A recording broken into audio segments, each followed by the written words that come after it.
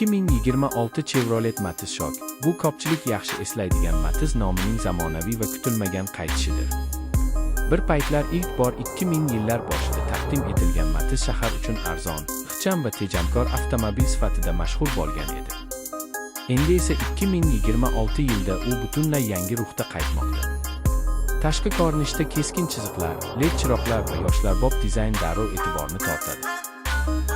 Salon ichida esa raqamli ekran, qulay o'rindiqlar va oddiy, ammo zamonaviy boshqaruv tizimi mavjud.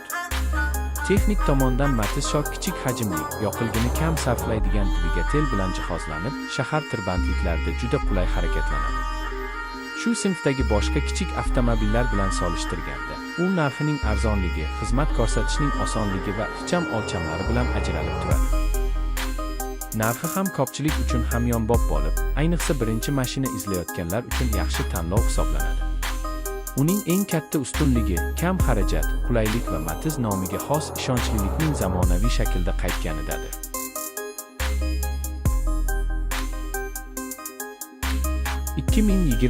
Chevrolet Damas qaytdi va yana ko'pchilikning e'tiborini tortmoqda.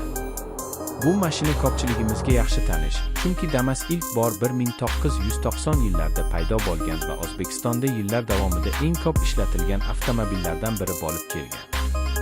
2026 yilgi yangi talqini esa eski soddalikni saqlagan holda biroz yangilangan ko'rinish va qulayliklar bilan taqdim etildi. Tashqi dizayni hanuz ixcham va amaliy, tor ko'chalarda bemalol harakatlanadi, yuklash tushirish oson. Salon kengligi oz sinfi uchun yetarli, 7 kishigacha sigadi yoki yuk tashish uchun moslashtiriladi. Texnik tomondan Damas butun 8 litrli tejamkor dvigatel bilan keladi. Mexanik uzatma oddiy va ishonchli. Tezlikdan ko'ra foyda va tejamkorlikka urg'u berilgan, shahar ichida ishlash uchun juda qulay. Boshqa kichik vanlar yoki minivanlar bilan solishtirilganda, uning eng katta ustunligi arzon narx va arzon xizmat ko'rsatishidir. 2026 Damas kichik biznes egalari, katta oila yoki kundalik ish uchun sodda, ishonchli va hamyonbop avtomobil izlayotganlar uchun juda mos tanlov bo'lib qolmoqda.